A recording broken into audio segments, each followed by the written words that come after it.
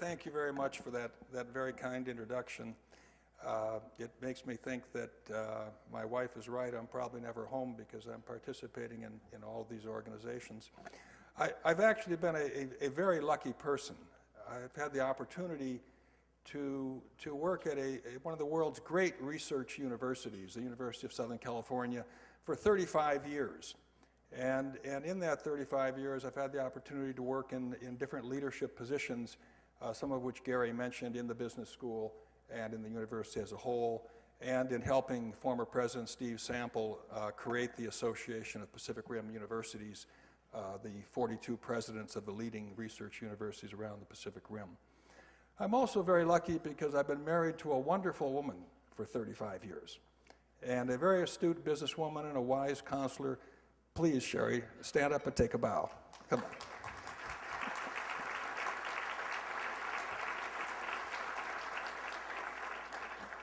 And staying on this personal note for a moment, although I can't really see into the lights too well, I'm very lucky because I have a wonderful son, Greg Drobnick, and a wonderful daughter-in-law, Nikki Drobnick. And Greg and Nikki are both graduates of the University of Southern California. Greg and Nikki, would you please stand up and take a bow? Come on.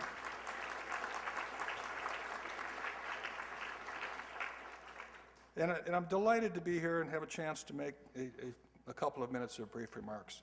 The title of this program, the title of this year, the theme, Promoting Global Competitiveness, that's exactly what we need to do to play in the world. We should not be raising barriers. We should not be refusing to compete with the Chinese or the Japanese or the Koreans or anyone else. We should not be afraid of the world. We have to engage the world. And to promote competitiveness, we need to build knowledge. And Southern California has the knowledge factories. We have 10% of the top universities in the United States. We have USC, we have UCLA, we have Caltech, we have UC Santa Barbara, UC Irvine, and UC San Diego. These are 6 members of the Association of American Universities. Plus, we have many other universities and junior colleges, but it's the research done at these universities in engineering, in business, in law, in the arts, in music, in cinema, that will help make all of us more and more competitive. And I'm delighted to be a part of that grouping. So I made a few notes that I would like to at my age, actually look at my notes because I can't keep it all quite straight at this time.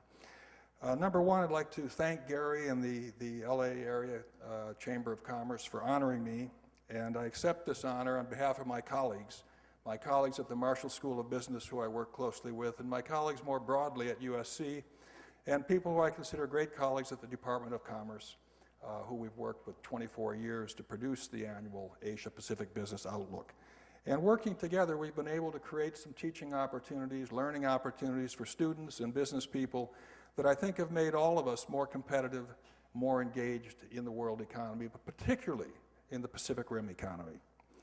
Now, USC, well, as we all know today in 2011, the Asian economies are incredibly important to us in terms of trade, in terms of investment, in terms of tourism, in terms of international students. How many thought the Asian economies would be really, really important back in 1977? How many said the future growth of the world will be to our, what I call our near West? Japan, China, Korea, etc. You know, the British call it the Far East, but it's our near West.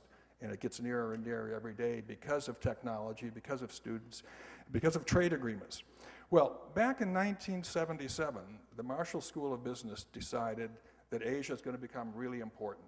And so the Marshall School of Business, under the leadership of Dean Jack Steele and Associate Dean Roy Herberger, launched a specialized MBA program. That's the acronym is the IBER program. And the idea was to bring up-and-coming young Asians, 25 to 30-year-old Asians, to USC to study, and the secret idea was to make our faculty smarter about doing business in Asia. And I had the opportunity to become the second director of the program in 1982 and served till 1994. And by bringing in these bright, energetic, and we moved the curve a little bit, and the average age now is 33 years old with 10 years of experience, our faculty and our American students were able to learn a tremendous amount about doing business in Asia. And then later on, as the university decided in 1994 when it adopted a strategic plan, One of the 4 pillars of the plan was to accelerate the globalization of USC with a focus on Asia and Latin America. And that was the key thing, with a focus on Asia and Latin America. So within a few years, we elected 4 members of the Board of Trustees from Asia to help provide us insight, to help provide us connections, to help understand the dynamics of these growing economies. Within a few more years, we opened offices. We now have 7 offices, most of them in Asia: Tokyo, Hong Kong, Taipei, Shanghai, Seoul, most recently Mumbai, and also Mexico City. So we were making a major investment to connect our students better, to connect our people better, connect our faculty better. The Marshall School of Business did this in a very accelerated way. Starting in 1997, we made all of our MBAs get into what we call international experiential learning. And so all of them are required to take a course, which makes them study about China or Japan or Korea and doing business. And then for 10 days, they go there and work with the companies that they've been doing research on. All of the MBAs pay about $2,500 over and above tuition to do this. So we have 700 MBAs this year. The 2-year MBAs, the 3-year MBAs, the 1-year the 1-year IBER MBAs, all of them will be traveling to Asia and Latin America, and a few of them to Europe, but primarily all to Asia, most of them to Asia and Latin America.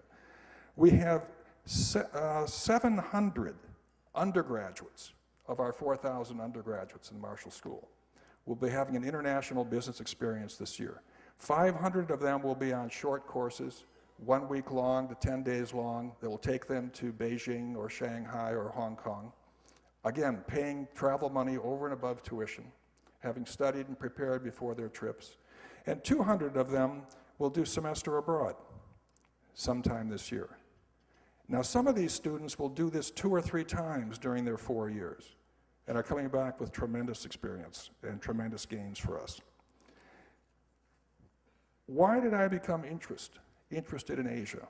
It was in an earlier life, a prior life, when I was a rice farmer and a management advisor in Malaysia. And this was in my days as a Peace Corps volunteer. And this is 1967 to 1969. And I said, this is a dynamic area of the world. I want to continue to study and learn about it and work on this. And I've had the great privilege of doing this, again, because of my association with USC and many other colleagues. And I think I'll stop with that, although since my colleague last year gave you a challenge, I should also give you a challenge. Now, mine's a simpler challenge than Abe's challenge. It's a challenge and an invitation to the business communities here to take advantage of the international students living in our region and take advantage of the American students who are gathering all this international experience. Invite some of them to become interns in your firms. Invite some of them to do research projects for your firms. Have some of your employees become friends with these people. They are going to become the future business leaders. Thank you for your attention.